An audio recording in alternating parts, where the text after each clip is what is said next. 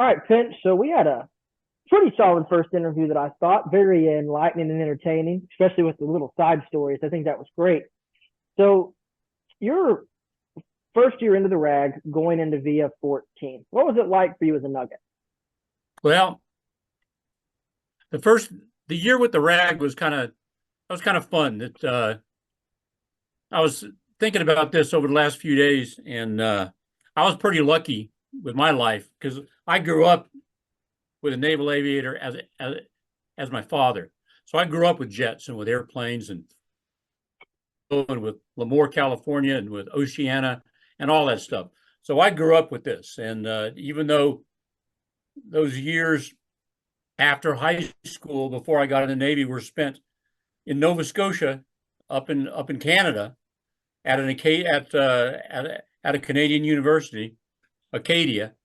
I my first thoughts were, "There's no way that I could get into this program." I mean, I went to college in Canada, but they told me that the Navy guys set up the same accreditation organization that does the American schools does the Canadian schools. So the fact that you've got the degree, that's all we need. So that all worked out good. And when I got in, I was, of course, you got to think about the time frame, the mid '80s, and best and baddest and the best looking and the fast and all. I mean, any adjective you ever want to use. And but of course, none of us who got into aviation officer candidate school knew what we were going to get. And so I think I mentioned this on the last time that we talked, that when it came time for the selection time, it's not what we selected. It's what they would call the needs of the Navy. If the Navy needed a whole bunch of guys flying rubber dog shit out of Hong Kong or something like that, that's where we'd go. So, so it's the needs of the Navy. And when it came down to it, we had about 25 guys in our VT-10 class. 3 got F-14s, number 1. And with this thing that they call quality spread, if number 1 always gets his first choice, the last guy also gets what number 1 wants. So that you always got the best, you also got the worst. And number 3 was right smack dab in the center, and that was where I was. So that was good. So I left VT-10 there in the summer of 1986. And it's either 85 or 86. I've got to check my logbook for when I started flying, but so got up to Oceania. My class did not start for about a month and a half or 2 months or something like that. So I was real lucky. I got stashed with VC-12, which is one of the reserve TA-4 squadrons there. So I got about a dozen or a couple dozen flights with them, and I learned the course rules, learned what it was like to fly around Oceania, what it's like to come back in, what it's like to leave, and all that stuff. So when that really helped me out an awful lot when I got to the flying portion with the Tomcat. But the F-14 RAG, it was good. I had one stumble. We were down in Keywest, and Keywest is a tough place to fly around with sometimes with the weather. It was always, it would be raining crazy there for a minute or two, and then it's going to be bright sunny skies, and then it would start raining again. I got it down there, so I had a little board, and they talked to me and said, "Okay, just don't screw up again." So I didn't screw up again, and everything worked out good. And I left the RAG in the early fall of 1987, and I was a fully fledged RIO at that point. I had all the certifications, if there are any, and learned the AUG-9 radar and the weapon systems and the radios, and we really got really good at being on the radio and talking. It still isn't like being in the fleet. The RAG is a very, very, very focused kind of structured environment. When you get to the fleet, it's a lot different. You're talking at the ship, you're talking with different people, you're going across all this stuff. So that was pretty fun getting into that part. And then with VF-14, they had just gotten back off a cruise about a month or two before I got there. And So we were looking at a cruise in late summer of '88. So I had about a year with the squadron to learn the system, to learn the program, to learn how to be a fleet RIO instead of just a RAG RIO. So that was a big thing there. Wow. Well, even then too, I know Magic has mentioned to me a lot about going down to Oceania, and it would be fights on because it was like this no rules area over Keywest, where the hard decks changed and it was a true just dogfights down there. Do you remember any of that? Oh yeah, yeah. We there was a lot of that. It was kind of cool. You could take off out of Boca Chica, which is the field there at Key West, and 90 miles away is Cuba, and there are thunderheads building up down there, so you can see all the thunderheads building up. You know that 90 miles away was the communist Cuba, and it was always kind of cool. Plus, we would never carry tanks down there. It was always a slick jet, so we would drop the tanks, which when you're taking off with 20,000 pounds of gas instead of 16 pounds, it's a big difference. And so we would take off without tanks. The F-16s or the A4s or the F-5s, whatever they were flying against us, would take off too. We'd go out with a 1v1 or a 2v2 or something like that, and we would go west of Key West in that area that was north of the Keys, basically. So there was a map that said down there on the wall in the ready room that had the different areas that said, okay, this is the 2v2 area, this is the 1v1 area, and down south of the Keys towards Cuba, it was a 1v question mark because you don't know who the Cubans are going to send up to you.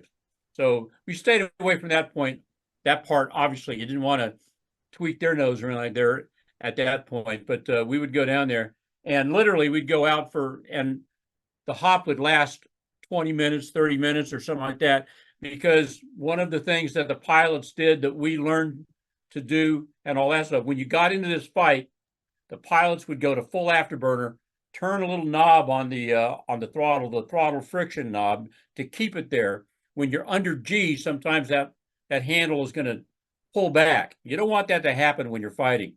So they would put that throttle in full afterburner, screw on the throttle friction knob, get both hands on the stick, and that's how they would fly the jet. And us back in the back seat, if it was 1v1, it was usually there was a way to fight a 1v1 because we didn't have to look for anybody else. We would still play the game and kind of say our six is clear, as during the fight and all that stuff, while the pilot is working whatever he's doing, trying to get that the angles on the bad guy. And I would be telling him, I would be keeping up things like airspeed, altitude, how he's doing. If there's anything that he needs to know, I would go ahead and put that in there. And you would run out of gas after about 20 minutes. So it was that quick of a fight, especially when you're fighting an F-16 or something like that. And even with those TF-30s, the TF-30 had a really bad rap, but we managed to make them work for what, 20 years, 15 years, something like that, Sure. From the time that the jet first came out in the early 70s. And I think the first F-14 A+ came out with those GE engines in the late 80s, 80, 88, 89, 90 or something like that. So for about 15 years, we made those things fight. And for the most part, the majority of Tomcats were still running the TF-30, the old Pratt & Whitney engines. And even though those were dog crap engines, we still made them fight and still did well with them. Well, even then, I've got to ask, you're going to love this question. Did you ever encounter any MiG-28s?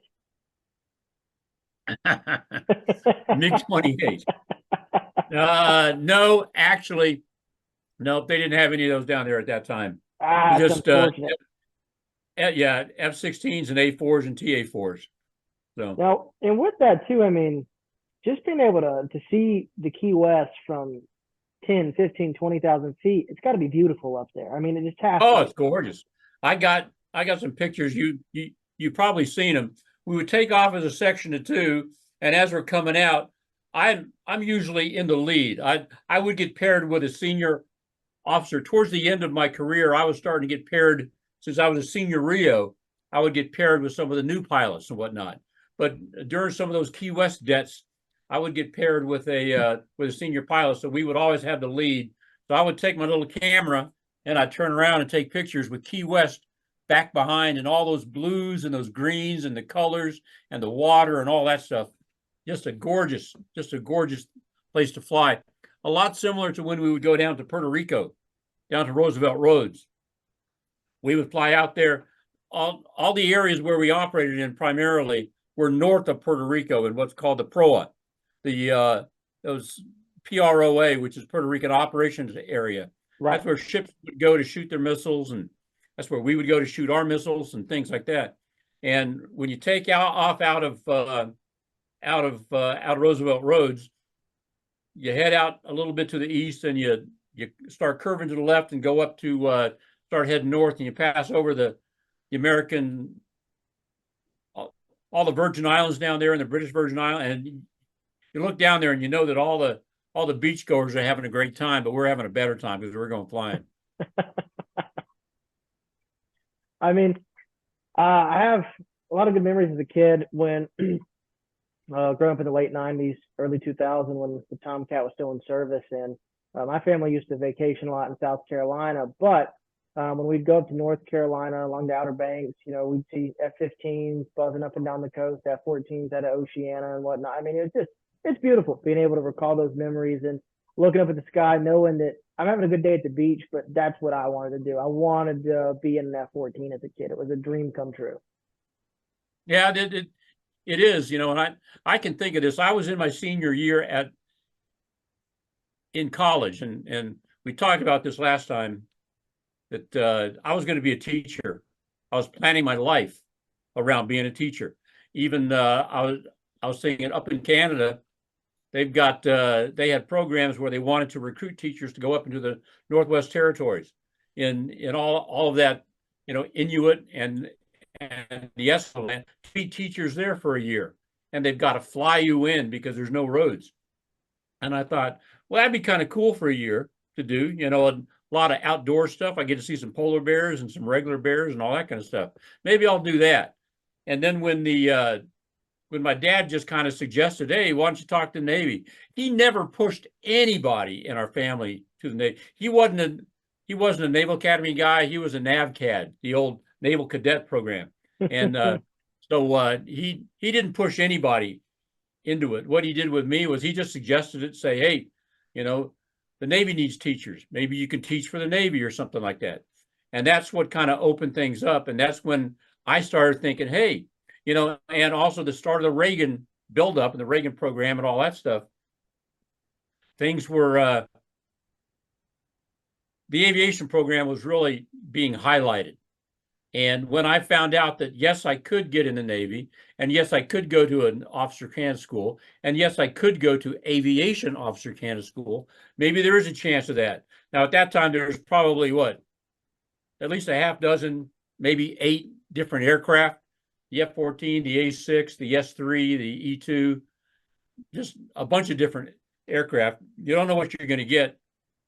But I can remember my last year in college building an F-14 model. This would have been 1983 or 84. And without even knowing that, about 5 years later, I'd be flying in the dang thing. So that was always cool. So I know exactly what you're talking about, seeing those things. We would go down there. We would have the TAX range, which is Tactical Aircrew Combat Training System, off the coast of the Outer Banks, or off the coast of Kill Devil Hills, all of that area. And what they did is, since it's not too deep there, they built a number of radar systems into on stands there in the water, and on the jets we would carry these tax pods. These pods would go on the missile rails that we would normally carry, and the tax pod would talk to these little radar systems down there on the water, and through microwave or whatever magic they've got, that would get sent back to the land, and then it would get transferred back to Oceania into a trailer that we had, was the tax trailer, and we could go in and watch watch the flight going on. So we'd go down there, check in, and I don't know what it was, 30 mile, 40 mile, 50 mile, 100-mile range or something like that. And you'd get in there and you'd fight. And when you're done, you would break away and say, okay, we're RTB, we're returning to base, and come back and hit the coast and fly right up the coast. And I can remember when I first got out of the Navy in 1994, I taught high school down the Outer Banks. So I'd be out there teaching my kids outside. I was a phys ed teacher. So I'd be out there with my kids, and 2 Tomcats would be flying over, heading back to Oceania. And I'd look up and cry. Because I wasn't doing that anymore. So, well, it's even then. There's a favorite photograph of my dad and I, and I can't recall where it is now. It's at my parents' house, but it's a photograph of my dad and I at an air show. I think it was the Winston-Salem Air Show, and yep. This was probably 1997 or 98. And my mom took it, but it's my dad holding me in front of the Tomcat. I just got this big grin on my face as a kid.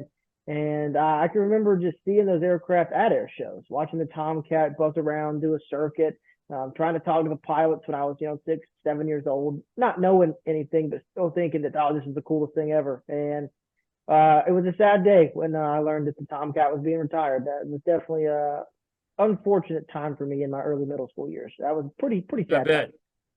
Yeah. We never really, our squadron, VF-14, for some reason, did not get involved in air shows. I don't know if the skippers didn't want it, or the XOs, or the maintenance officer, or whoever.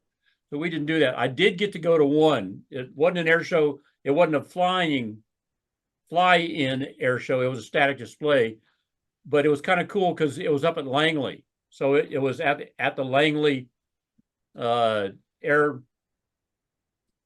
the Langley field. I can't remember what they called it right now, but it was funny. We flew one of our Tophatters Tomcats up there, and we were the hit just doing a static display. We were the absolute bomb.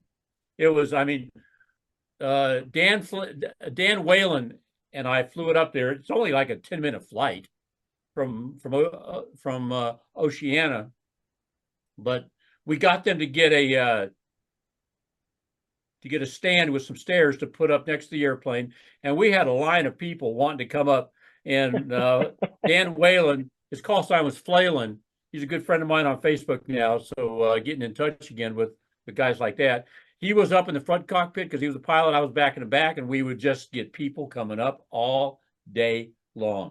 It was the coolest thing in the world to get part of that. And a kind of fun little thing there at the end on Sunday, we were light loaded since we only had 10 minutes of like flight time. So we said, I asked for an unrestricted climb. They get that all the time with the F-15s they have there and all that stuff. So the guy said, yep, your unrestricted climb cleared to 10,000 feet. So Flailin gets the jet going and kind of picks it up a little bit off, sucks the gear up. He didn't do any really bad low transition to get in trouble or anything like that, but it was a pretty cool low transition. And then towards about 3/4 of the way down the runway, he just yanks the stick back. So we just kind of went straight up with those, even with those TF-30s. We were light loaded. So normally an internal was 16,400 pounds of gas. So we probably had 8,000 maybe, something like that. We didn't get filled up. We didn't need it to get filled up. But we're going like a bat out of hell straight up. The coolest thing in the world. And then all of a sudden he said, oh crap. And we're going through 9,000 feet, and we're still, I don't know what the speed was, but it was still pretty fast. And we were going to bust through 10,000 feet really quickly if we didn't do something. So he rolled the jet inverted and pulled down. So we did the old roll inverted and pull kind of thing to make sure we didn't bust through 10,000 feet. So you get to do things like that periodically, and that makes it fun. But getting back to the point of this, even during cruise, there's a lot of air shows that go on all over Europe. We talked about this up in England. Magic went up to England and whatnot. Now, we went from August until February. Maybe it was out of the air show season or something like that. But we never sent an airplane was probably out of the air show season. I know here it's mostly in the spring and summer, and we were starting to get out of that area when we went on cruise. So, but even back in the States, we hardly ever sent any. I tried to take one back up to Nova Scotia. There's a big air show there at Shearwater Air Force Base, or a Canadian Forces Base, and it was all set. I was taking a Tomcat back home, back to where I grew or spent 7 years and all that kind of stuff. And then our operations officer said, nope, it might break down there and we can't get you back. So made me grumpy. Oh, I'd be very grumpy about that. I mean, exactly. I think because I haven't been to an air show in 15 plus years. It's been a while.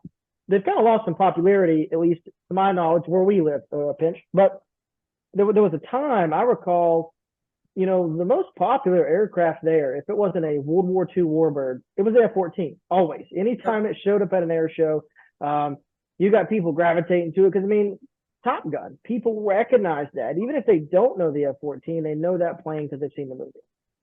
Well, that was such a kick in the butt. You know, the Tomcat first came out in the early 70s, and that time frame until the 80s and whatnot, people really didn't pay a lot of attention to it because it just wasn't in the news.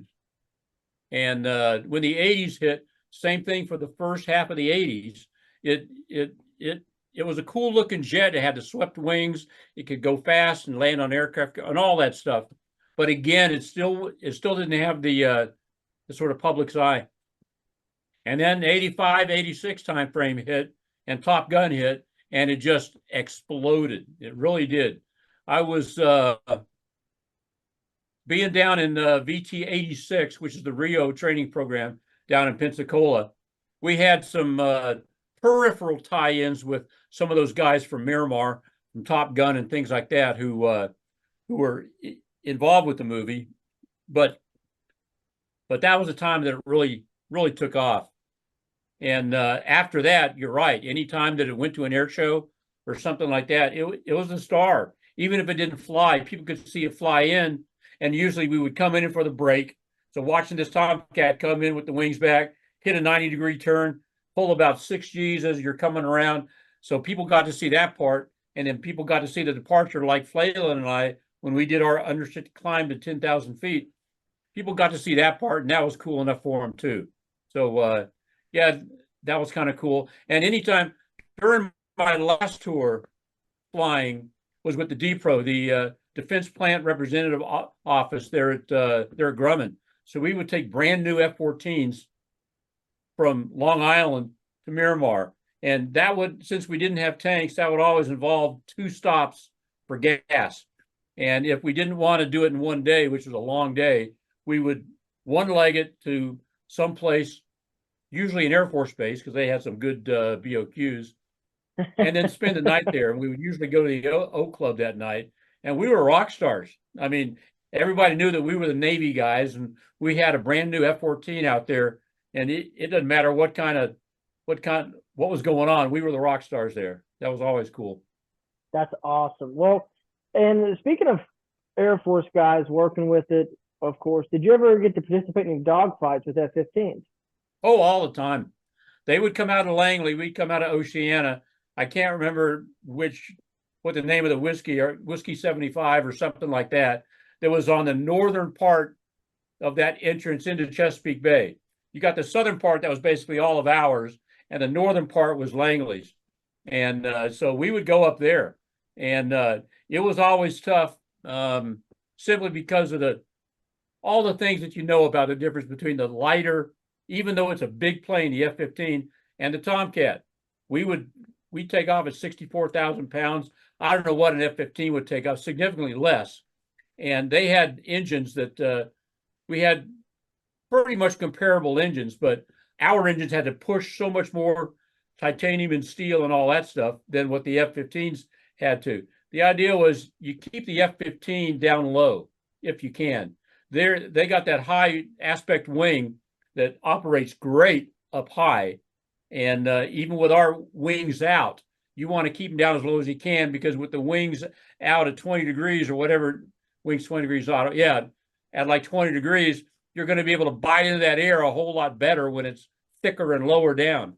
So we would fight them and we would try and keep them down. It was all part of what I would call learning how to fight your jet. You know, we weren't going to be fighting F-15s. I mean, I don't even know what sort of foreign military sales the Japanese have some, and maybe a couple other countries, but generally it's not like we were going to be fighting F-15s anywhere. But you learned how to fight against a fourth generation or fifth generation or even 3+ generation aircraft. And whether it's Su-27 or MiG-29 or whatever the Japanese or whatever the Chinese had or something like that, you knew how to fight your jet. And if this was like a F-15 knockoff, then you knew how to fight that thing by keeping it down low as much as you can. And if it just isn't looking good, you try and take them really close on a really close bug out. And then once you pass them, you unload, take the G off the jet, go ahead and go into full afterburner and get it zone 5, get out of there as fast as you can and live to fight another day, as the saying goes.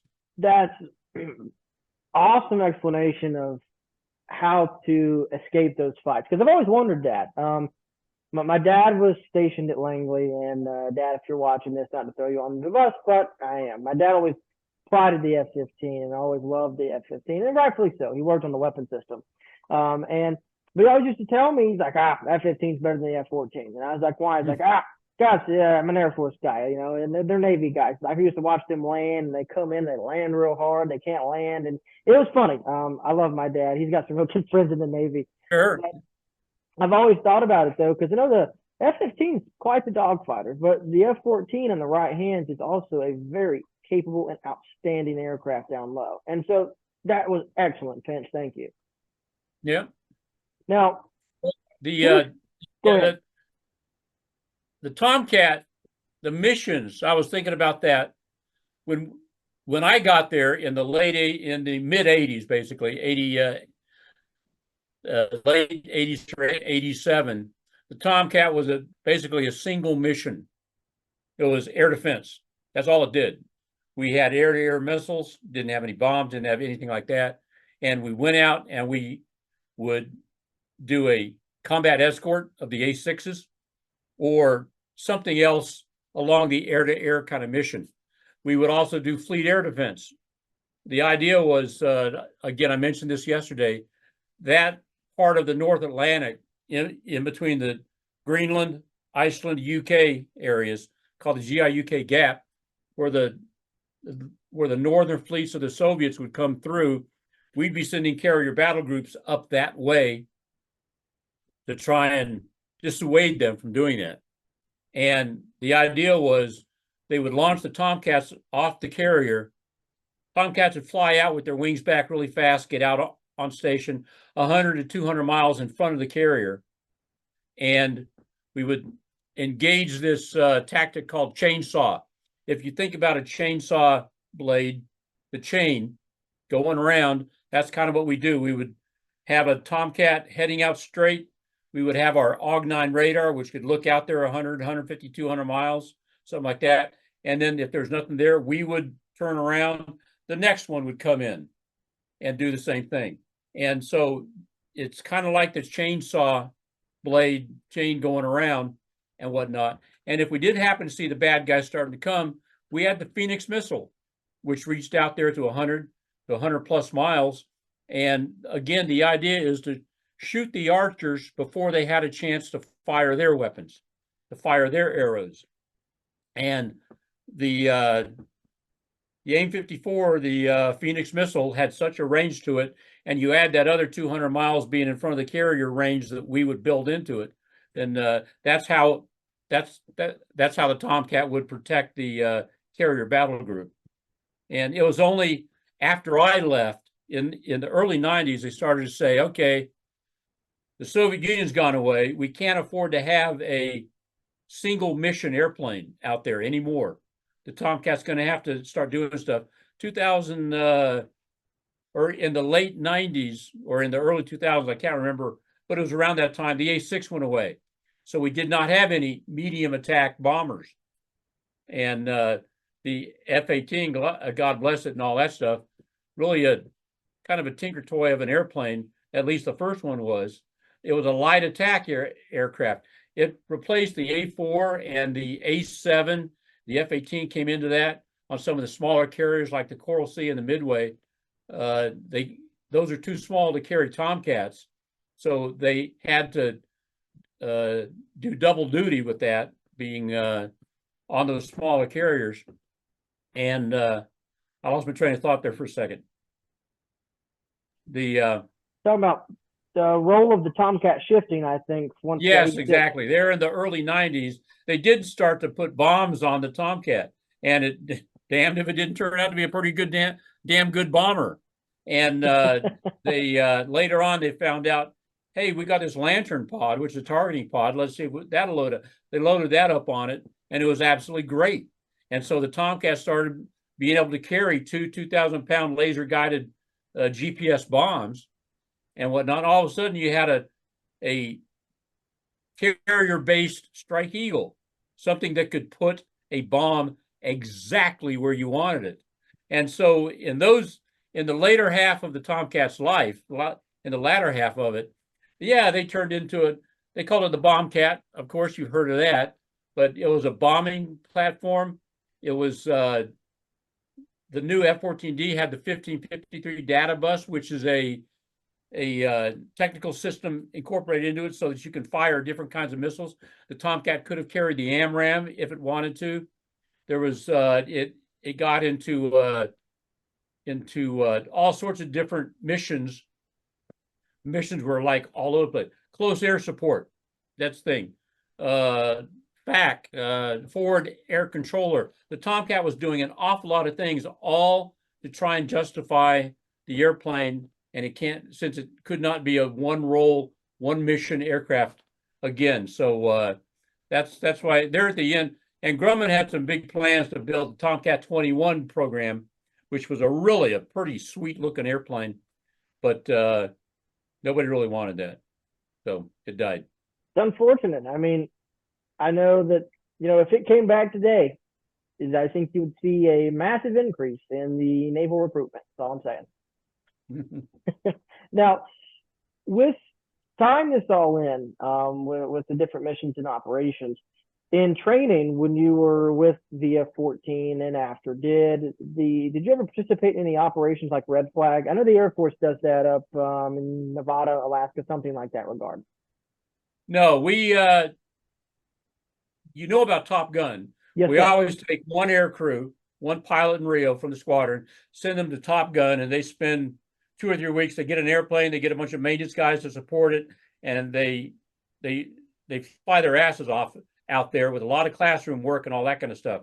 And then Top Gun had road shows. They would send airplanes and briefers and pilots and RIOs as well at that point to Oceania, and we would do a road show Top Gun program.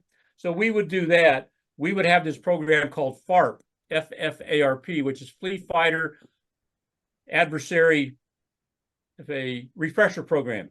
And it was 2 weeks or something like that of intense fighting going on. Yet you end up with, I think it's 20-something engagements that you end up having. Some of it's 1v1, some of it's 2v2, some of it's 1v unknown or 2v unknown. You don't know what it is. And that's a war. And one of the pilots, Dave Hicks, and I, during my last FARP that I went through, we were one of 3 aircrew that year, 3 aircrew out of all of Oceania that had a 23-0 kill ratio. Wow. Or something like that. We never got shot. We never died. We never took a missile up our tailpipe or anything like that. And all of this was on the tax range. So it was all recorded, and you could watch everything, all the airplanes going around, and it was really pretty cool. But that's all we did. We never, other squadrons did. I don't know if it's an invitation or if you got to go out and search for it or look for it and ask for it. But Red Flag, things like that, we never got mixed up with that. Some of the other squadrons did, but we didn't. Now, I understand because I read this on an article that was published, I don't know, I think 7, maybe 8 years ago when your book first came out. And in this article, there is a particular fart mission that's mentioned in this 1v2 situation with you and your pilot, Doc. And if I recall correctly, you got put into a pretty interesting situation where your helmet and knees came into contact. Yeah, that was a kind of a fun story. It that was actually down in Keywest. So I think the FARP program might have morphed down there for a couple of hops or something like that. But it was one of these 1v unknowns, and we had taken care of 1 or 2 of the bad guy aircraft. There was 1 more left, and so we're raging around looking for him, trying to find him. And I happened to see him. He showed up about 10 o'clock, you know, or about 2 o'clock on the clock code. You got 12 right in front of you, 1 o'clock a little bit to the right, 2 o'clock a little bit more to the right, 3 o'clock right out your right side. So he was about 1 o'clock high. So I called out to Doc. You know, you get pretty keyed up in this environment. I said, tally-ho, you got, you know, the different ways that we talk. Tally means you see a bad guy. Visual means you see a friendly guy. So tally-ho, right, 1 o'clock high. That's all I had to tell him. He looks to the right, a little bit up, he sees him. And we have there's a radar mode in the Tomcat called VSL, vertical scan lock on. There's a little button down on the left-hand side that you can hit for VSL low or VSL high, depending on where this aircraft is. When you hit that button, it commands the radar into a rapid scan mode, and it's going to lock up the first thing it finds in either the high mode or the low mode, whichever one it is. So, but the Grumman engineers didn't think that was very important to make it a big switch. So they made it an itty-bitty little switch, about that big, down on the left-hand side, surrounded by a whole bunch of other itty-bitty little switches. So I had to look down and find it. So I turned around, dropped my head a little bit to find the VSL high button. They hit that. And right when I hit that, Doc did the airplane stuff. He rolled the airplane to the right and then just pulled on that stick to get the nose on the bad guy. And when you do that, you put a lot of G on the jet. And I'm sitting here with my head kind of down like this, looking for the switch. And then all of a sudden, we're up to 6 or 7 G. And my head just went boom, down, head meet knee kind of thing. And so you're sitting there, you're grabbing stuff. There's handles all over the back seat because you grab them to sort of pull yourself around so that you can look out the back and make sure nobody's tracing you or trailing you. So I was grabbing these things and trying to pull myself back up to a thing so I could be part of the fight again. But I could have sworn it was 10 Gs that we put on the jet. Doc says it was 6.5. It was the limit. So take that for what you will. We'll I think it was that more one 6.5. But anyhow, that was. I saw Doc we had a big 100th anniversary or birthday for VF-14 down in Pensacola back in 2019, and I saw Doc. There was about, I don't know, 15 of our squadron mates and whatnot that showed up there. So I saw him there. Really good. He really enjoyed the book as well. How did you like the book? As a matter of fact, now that we're talking about it, I haven't been able to open it just yet. It has been a Really? week of hell, Pinch, and pardon my French on that, but it is on my weekend list. We've got a soccer game tomorrow night, and we've had practices unrelated, but I'll go ahead and share with you and whoever else. I've been asked to be a guest speaker in November at a reunion for Vietnam veterans, and it'll be in Washington, D.C. And so I found that out this week. I found out that I'll be going to Poland over the summer on a scholarship to study the Holocaust for about a week and a half. So it's been crazy, but it is weekend reading, and that is what I've dedicated my weekend to. And so that's going to be the portion of interview number 3 is the book. And I want to, if you're okay with it, I want to show the book while we go through the interview. Sure. Yeah, that'd be great.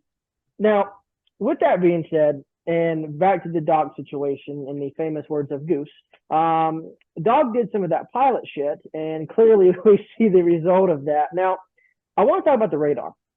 When analyzing the radar in the backseat of the F-14, right? We know within our conversation, my research, it's incredible. So how many switches are back there on this dial? And I'm going to actually pull up a photograph here in a minute real quick of it, but I'm curious, what's going on back there when you're looking at the radar?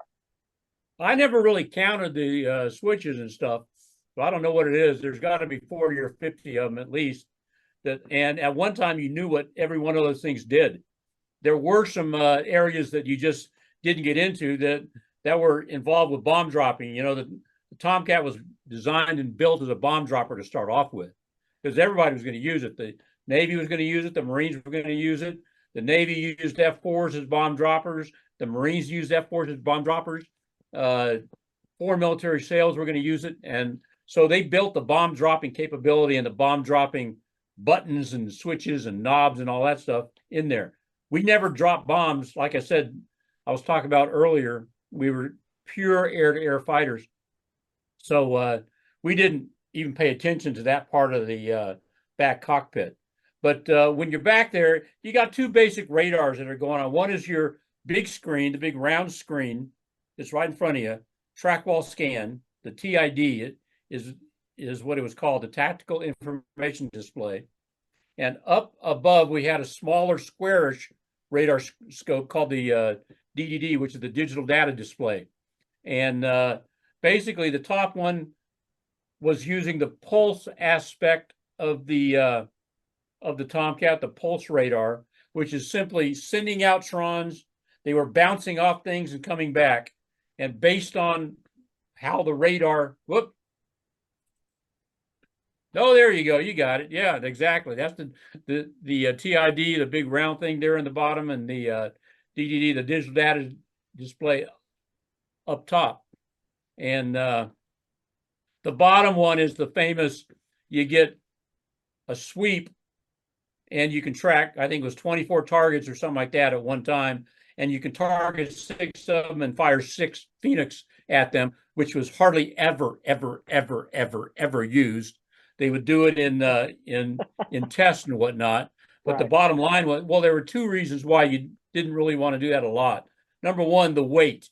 Each one of those Phoenix was 1,000 pounds. That's 6,000 pounds, and the Phoenix fairings that they would put on the airplane would be another 1,000 pounds or 2 or something like that. So you're launching at a weight that is so much more than what the landing weight is.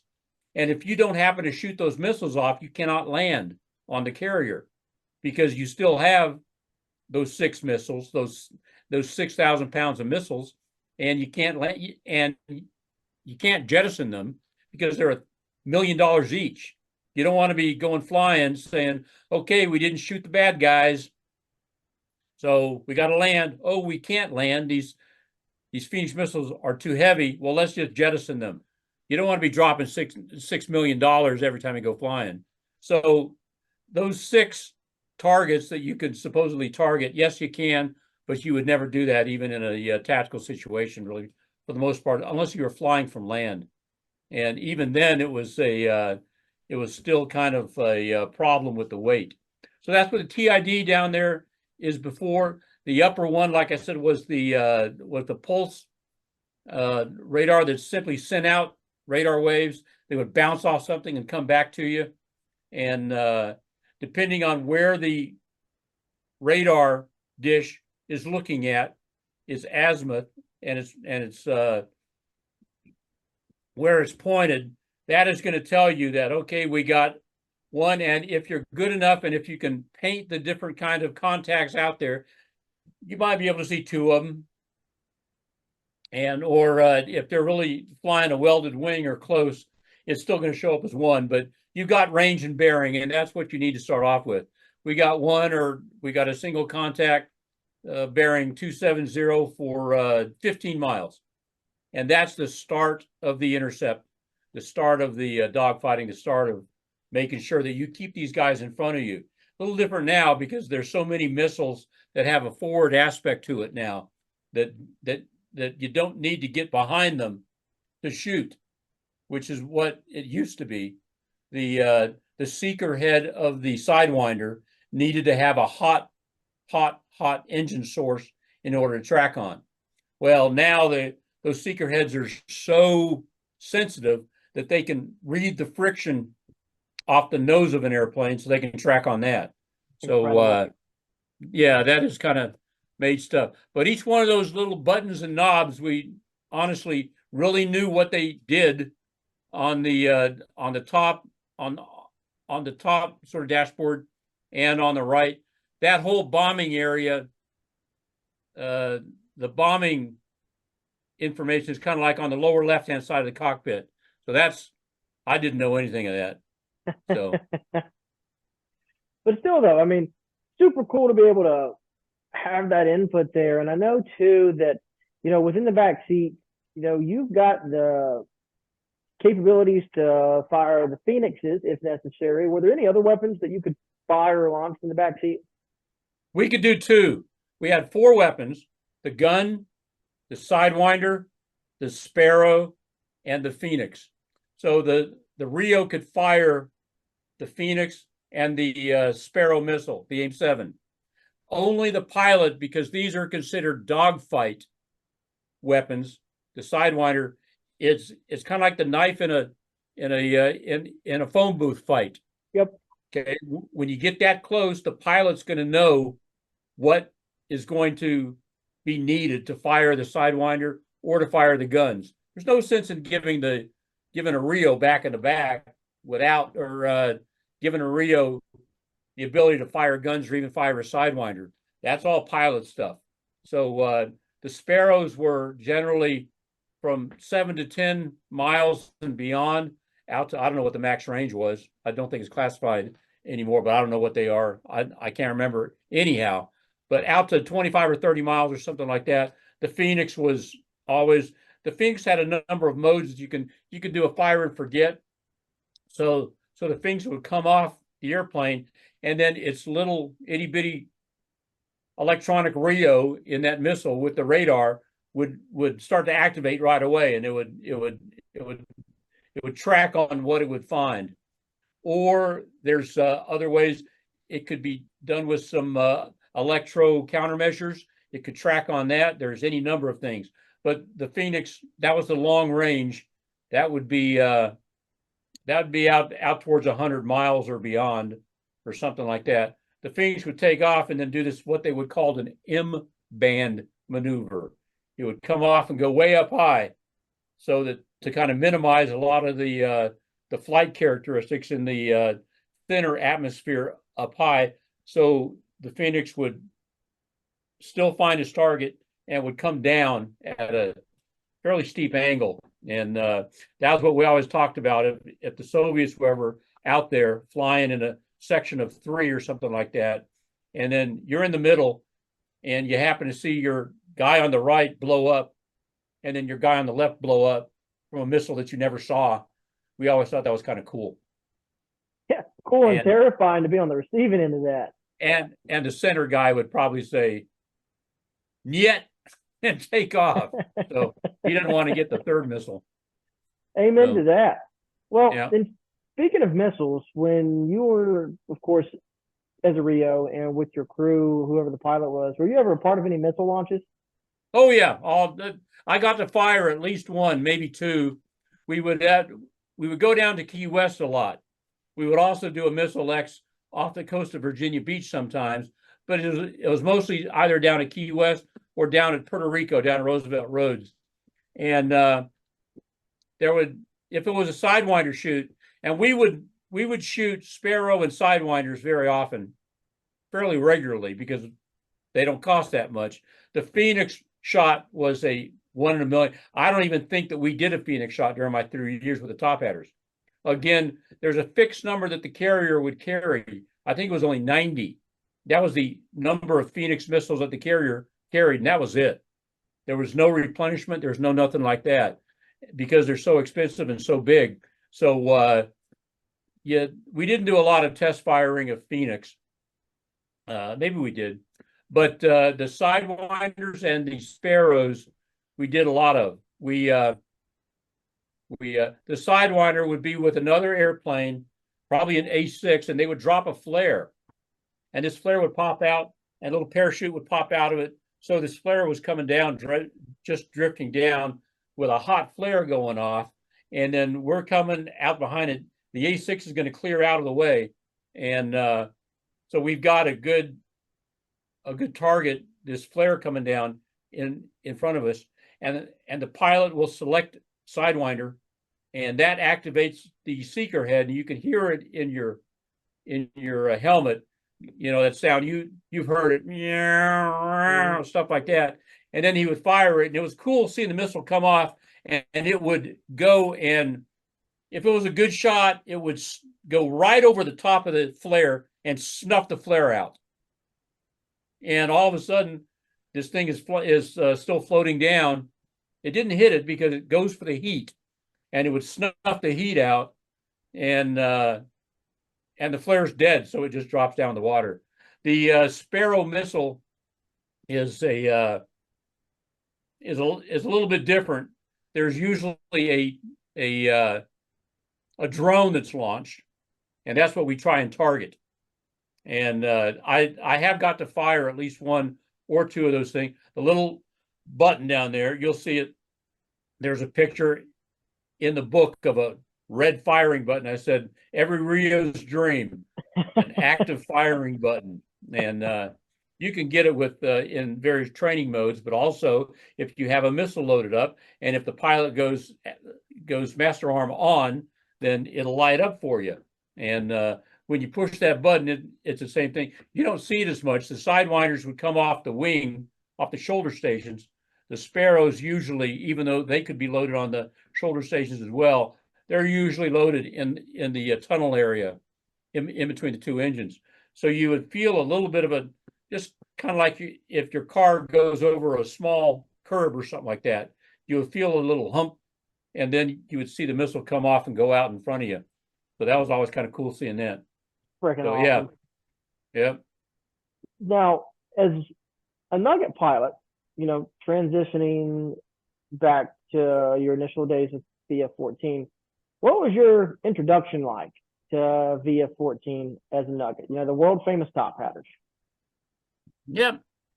Well, I had I've been trying to think about that. It was pretty much the biggest thing was my call sign, and we went over that last time, and you'll read about it in the book too when you see it. It's a pinch, how I got pinched. That was a big thing. The biggest thing I think that you're trying to work on and trying to maintain is your reputation. That's everything in naval aviation. If they think you're a bumblehead, or if you're a doofus, or if you're a goomba, or if you're somebody like that, it's going to be tough to get out of that. So you don't want to screw up the any of the flying stuff. You want to have people be able to trust you and say, yeah, I'll take Paisley in my backseat anytime. That's the big thing. So thinking back, the biggest thing, I was into photography then, aviation photography. I was taking pictures all the time, but I knew that I had a job to learn.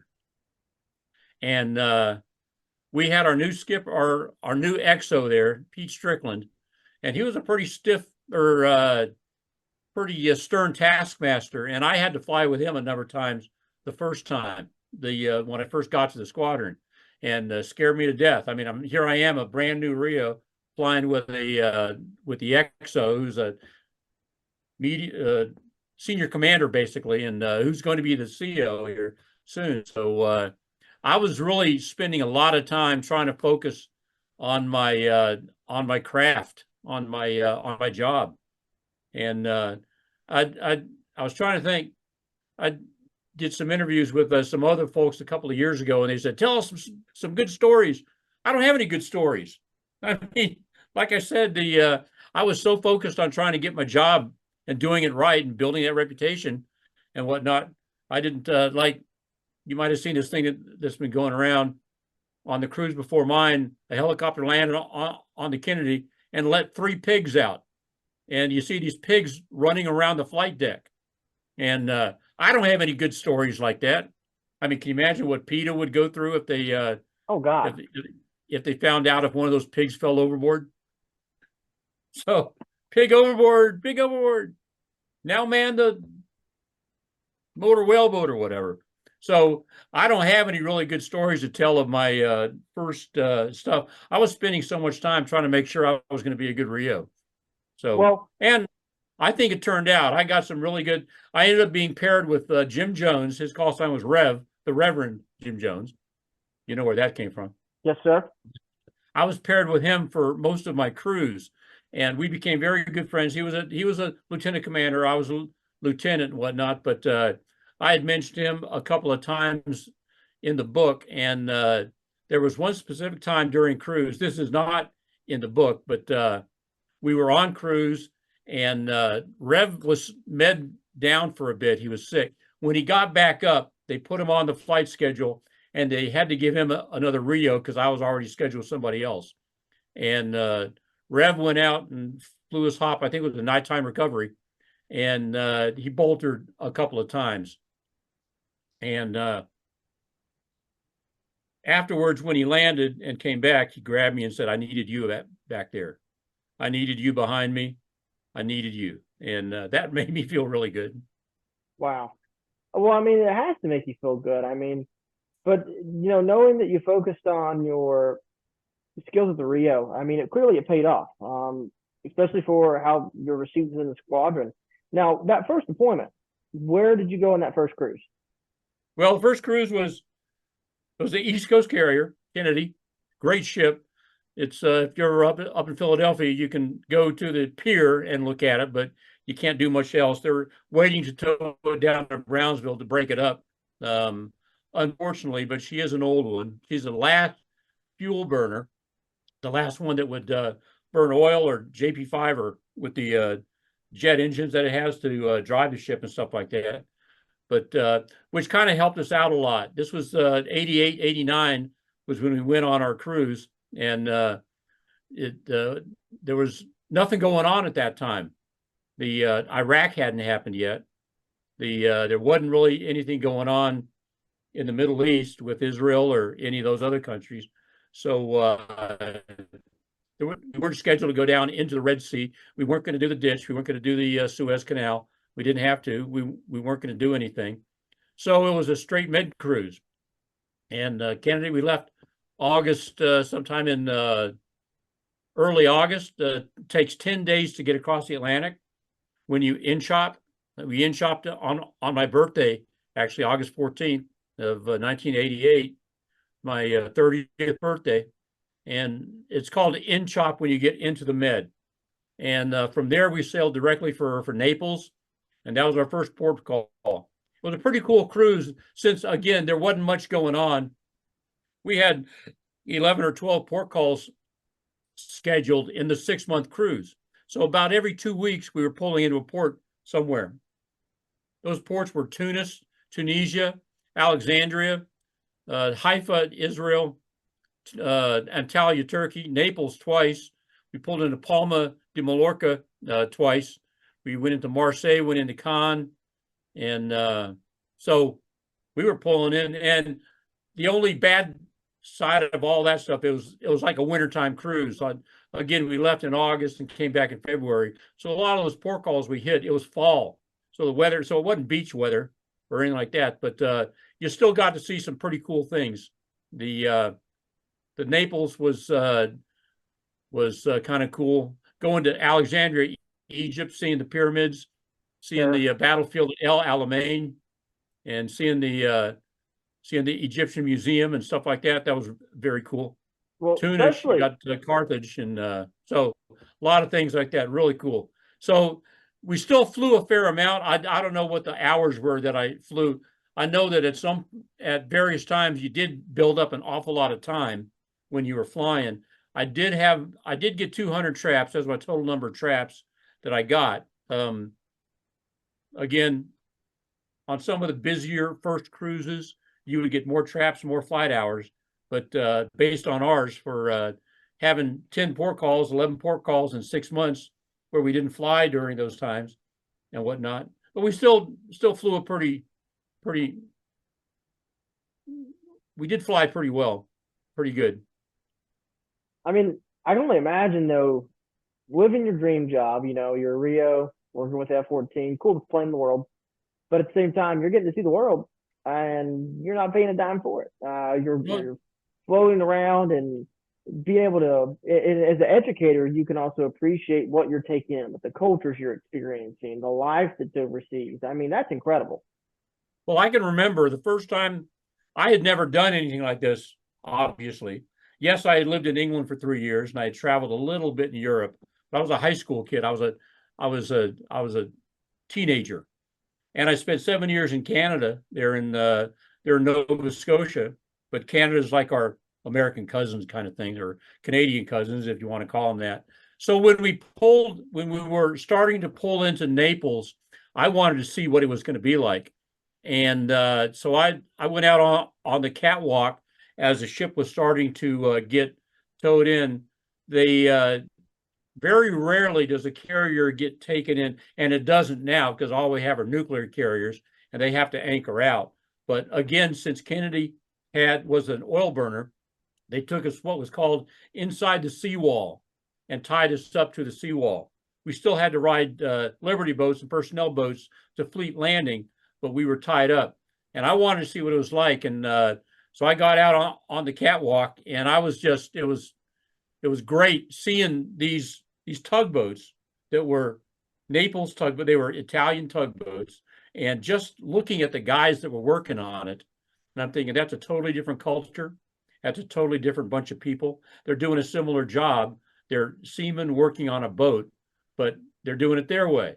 And I just thought that was kind of, and every time we went into someplace new, like Alexandria or Antalya, Turkey, or something like that, I always wanted to see those guys working on the tugboats or on the barges that they would send or something like that, for that very reason, to get that extra culture and stuff like that. And that was pretty cool. That's awesome. I mean, I remember, being that I've been to Europe, I always tell my kids that yes, languages are different, yes, culture is different, but a lot of what we do is very similar, and that people around the world have a lot more in common than we realize if we just pay enough attention.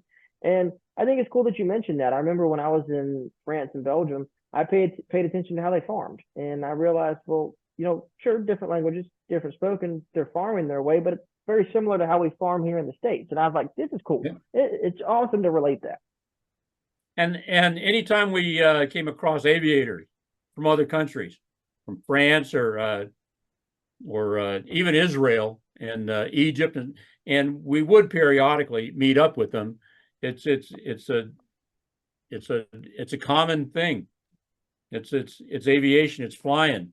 Everybody flies with their hands at some point, talking about, okay, we were really tucked in there, and then he took off and I went up. So it's always cool whenever you come across an aviator from another country. Now, speaking of that, if you don't mind me asking, what kind of conversations would you guys have? Dogfights and the different variations, wingmanship. What would you talk about with different aviators? That's basically it. Dogfights, stories about fighting, about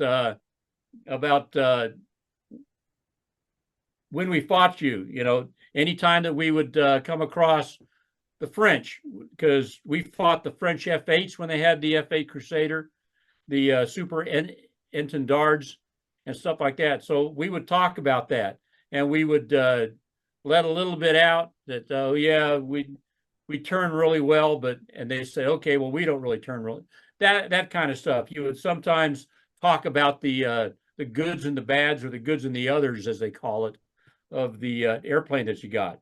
And generally it was that. And invariably you would get into accidents and mishaps, how this happened or how that happened, or if anybody had to eject, what that was like. So just all the typical. Again, if there's a big language barrier, it's a little bit more difficult. But if there's not that language barrier there, you're talking about the same kind of stuff that you would talk about in the Yo Club at Oceania. That's awesome. Well, and Yeah. speaking of that, when you're having these conversations, are you able to experience the foreign beverages that Oh of yeah. these places? And so, what's that Oh, yeah. like? Oh yeah. I often thought about that, and I have a number of times, because I did that mid cruise, and I've been to Europe however many dozens of times with my Navy business and stuff like that. but I would always think, here we are, a bunch of Americans in an Italian pub drinking German beer.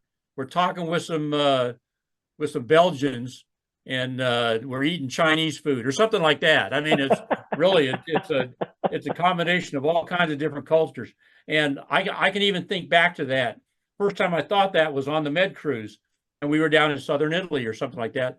We got out and we had a couple days liberty, signed out, and took a train out of Naples down to Sorrento or one of the other towns down south.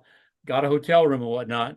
And I can remember sitting here thinking, as we were doing just that, a bunch of Americans in an Italian pub drinking German beer, talking to somebody from a fourth country, eating food from a fifth country or something like that. It was kind of cool. It is awesome. I mean, to think about, one, how culture spreads, but two, just to have that experience and those conversations. I mean, when I was in England, one of my favorite memories is showing up at this airfield, RAF Tangmere. It's a museum, and there were 5 or 6 RAF veterans there who were pilots, and 2 of them were Lancaster pilots in World War II. One of them flew with the Dam Busters, and that was super awesome. But I remember showing up and just talking to the guys, and because I was an American, a foreigner, interested in their history and their service, they wanted to have beers with me instead of a lot of the locals there. So we're pouring chairs around, and I remember just having different beers, Belgian and German beers, with British pilots who fought against the Germans, and here we are talking about their service. And I was like, this is awesome. Like, it's a lifetime experience that you can't forget. That's one of the things about life, that as life goes on, like it is with me and all that kind of stuff, those opportunities become less and less. So enjoy it when you get a chance to do it. I was last in Rome in 2017. I managed to go there for a visit, but haven't been overseas since. And I think my overseas travel days are over, unfortunately. Well, hopefully I'll be able to bring some photographs or whatnot when I do the traveling. But I mean, I will say a beautiful aspect of our world is technology. I mean, you and I are only 3 hours apart, but here we are on an interview sharing experiences. And it's beautiful in many ways to realize how far we've come, but what we're able to do with technology and relate it to life and for us in the classroom. Yeah, I agree. It's, and when you put that in the airplanes now with the F-25 or F-23s and the F-35s and stuff like that, the various technologies that they have, even the new Hornets that are coming out. I got to climb in the backseat of a 2-seat Hornet not a number of years ago, but a few years ago and whatnot. And the way that they built that cockpit, they've got hand controllers on both, so you hardly ever have to take your hand off the controllers to push buttons, which is what we had to do all the time. Which, I don't think it was really that big of a deal. But in the backseat of the Hornet, you've got 2 hand controllers, and you can move your cursors, you can hit your buttons, you can select whatever you want to select, and technology is like that. It's not going to stop. It's not. It's brilliant. And speaking of technology, speaking of you in the back seat, to finish out our second interview today, I wanted to throw up this photograph. Yep. Taken from your days in VF-14. Yep. I think actually I might be in the back seat of that one. I don't know if I took the picture or if I'm in the back seat. It's one of those two. But that was our skipper's jet. Every airplane in your squadron, at least the way that we did it and the way that they did it back then, the top 2 airplanes were painted bright colors. And the first one in our case was 100, and that had the name of our CAG, the commander of the air group, on it. And deputy CAG was usually the other type aviator, that if CAG was a pilot, his deputy would usually be a RIO or something like that. So they would have that. This is our squadron jet, and the name on the front would be the commanding officer, or if the commanding officer was a RIO, his name would be on the back. But that's what it is. It was 1990 or 89, so it was the 70th anniversary of the Tophatters. They They were formed in 1919, and it's been a unbroken, continuous squadron in various different iterations from now until now, or from then until now. And you can tell we're overhead the ship because the arresting hook is down. That's Yes, one of sir. the things you do when you get back around the ship. You drop the hook so you don't forget it. And that little underneath the airplane there in the aft end of the airplane, that is the ship down there. Yes, Not a sir. very, yeah, not a very close up of one, but all we do is come back to about 2,000 feet above the ship and just circle around till it's time to land. And then when that lands, we watch our lead, and he's going to start to swing his wings back. So we start to swing our wings back. He's going to arc down to 800 feet above the ship, fly down the right-hand side of the ship at usually a 300, 350 knots, something like that. Don't want to be too much faster than that. And then when you reach the bow, the lead aircraft is going to brake to the left, 90 degrees, and he's going to put G on the airplane. That's going to slow the airplane down. And when he starts going the opposite direction to the carrier, he's going to be slow enough under 190 miles an hour or knots. And he's going to drop the gear. The flaps are going to come next. He's going to start working that landing pattern. And hopefully we'll be able to trap and then go have some sliders or something to eat. No kidding. Yeah, that's one of my favorite shots there. And we're carrying a Sidewinder missile on the right hand shoulder station. I don't see anything else on the airplane. So, well, the one thing that caught my attention, I know it's blurry, but I just noticed the dates for the 70th anniversary, 1919 to 89 right there. Exactly. Yep. We had that on there. And then you can see later on, you can see something similar done with the 80th anniversary. They had changed the tail pattern and all that stuff. All the rest of the jets are like the other airplanes that you've seen. They're kind of a dull gray type paint, but they still have the a darker gray red. Well, here it's a red dark there in the tail. On the other aircraft, it's a darker gray. That we kind of moved to that in the 1988, 89 time frame. Used to be just a top hat, just a straight top hat back on the tail, but we wanted a little bit more flair to it. So it's good flair. So yeah, one of our guys came up with it. That's kind of like the historical way that they used to have it with the F-4s back in the 60s. Wow. I mean, it's beautiful cool too.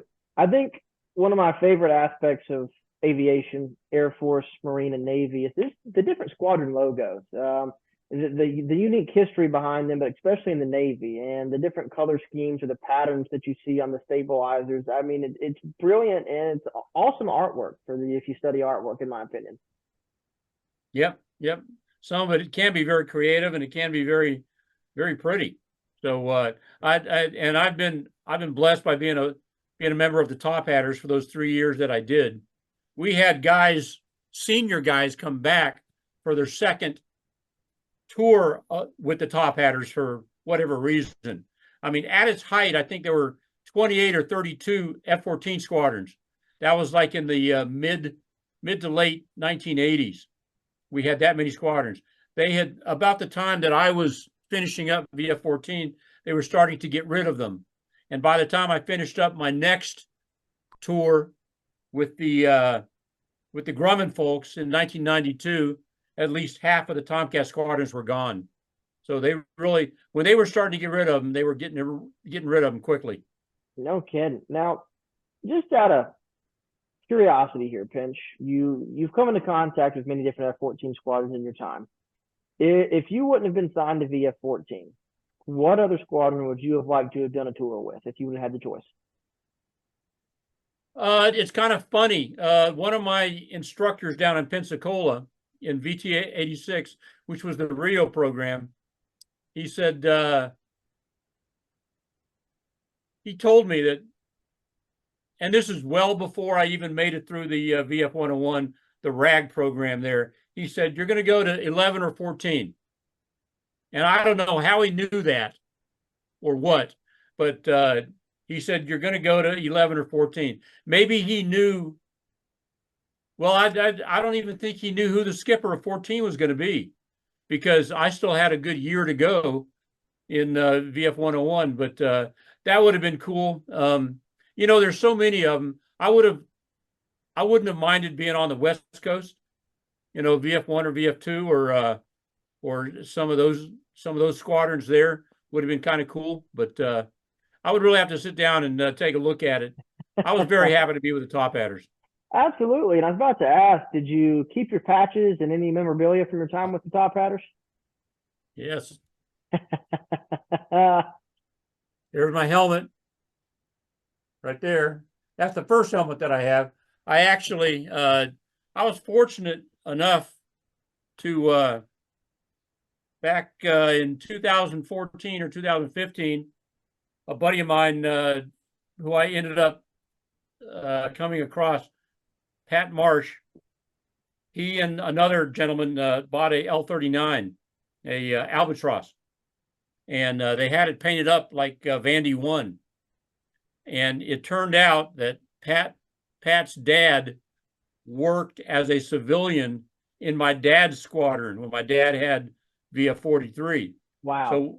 So we were both teenagers starting to go high school there in Virginia Beach and Chesapeake and whatnot. That was kind of cool. And he asked me to join their, they did air shows. They did a flight routine. Later on, we had a second L-39, and we were able to do a dogfight routine, an air show dogfight thing with the announcer talking people through the air fight. The L-39 was such a smaller jet. I called it like an A4, a TA4 without the steroids. And it was slow enough that you could keep the dogfight right overhead the air show, which is kind of cool. You could see everything. And I said I would love to. It would be an honor. And I got cleared. I got okay to ride in the back seat of that thing. So here I am in my 57, 58 age time frame, climbing in the back seat of a L-39 with hot ejection seats that do work. And the thing is 6G rated. And I found out that doing 6Gs when you're in your late 20s is a lot different from doing 6Gs when you're in your late 50s. And but we did do that. We did. We took two of the jets. We were down at the Oceania Air Show, and we took two of them out for some evening turning and burning just to stay current and stuff like that. And we pulled some good G's on that, and that was kind of cool. But I was able to get my helmet. You don't wear oxygen mask with a T-39 in that environment. So I had it fitted with a boom mic coming down. So my second VF-14 hat, that's what I wore when I went flying, even into my 50s in the latter half of 2000. That was kind of cool. That had to be awesome to be back at Oceania too. I mean, a place that means so much to you with your time with VF-14, and to be able to be there and dogfighting again, that had to be incredible. Well, it is kind of cool. My dad was there. He was the skipper of one of the squadrons there in the early 70s. And our normal announcer was an Air Force guy, Pecker. And he had duty going on sometime. So I had to take over the announcing duties for half that air show. Or half the air show season. This was back in 2015 or 16. And it was really pretty cool from my perspective, getting up there. I don't know what the numbers were, 90,000, 100,000, something like that at the air show. And I had thought about this, and I don't know if I dreamed about it, but being able to take that microphone and say, "And good morning, NAS Oceania. This is Bill Paisley here. It's good to be back." And doing the VF-14 back in my, kind of stuff. So that was really pretty cool. That's awesome. Doing that.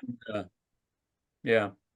Well, I mean, with that, for the crowd, it's immersive when you get someone who is there, or even, 100,000 people. There's a good chance somebody was at Oceania, when you were there. Maybe even another Tophatter in the crowd. Oh, sure. Yeah. I still run into them on Facebook, which in many ways is kind of like that. It's a gathering of people and whatnot. And I still have guys texting me or sending me a note or a friendship or something like that, saying I was with VF-14 in the late 80s. And and also with the crews on Kennedy or Eisenhower, which are the two carriers that I worked on. There were guys still writing me saying, "I remember you, Mr. Paisley. You were really great." Whatever it is. So that's always nice when you get that kind of feedback and somebody does remember you for the good things you do. Well, I mean, through that as well. I mean, these interviews as well. Former guys from VF-14, they're seeing that as well, and it's important to know a unique history of naval aviation with the F-14 and stories that might not be heard if people aren't gathering them about VF-14, what your cruises were like, and just for anybody in general. But we need to know it because it's an important part of our history. Yep. It's the same thing that I see with my dad. I still have some of those plane captains from the Ticonderoga or from Enterprise back in the mid '60s calling me up or sending me a text or saying, "I knew your dad. He was great. He was a great officer and really enjoyed working for him." So some things like that never change. And that's beautiful too. And so, Pinch, I know it's getting late. Thank you for your service. And truthfully, thank you for your time. This is always a blessing. Shall we continue this next week? We'd like to. Yeah, sure. Once you get the book and let me know what some of that stuff's like. Yes, sir. Absolutely. Let's. I'll have to check my schedule for soccer, but we'll shoot for next week sometime and we'll go from there, sir. You let me know and I'll be here. Thank you, Pitch. You rock. Have a blessed night. Thanks, Zach. See you soon. See you, bud. Bye-bye.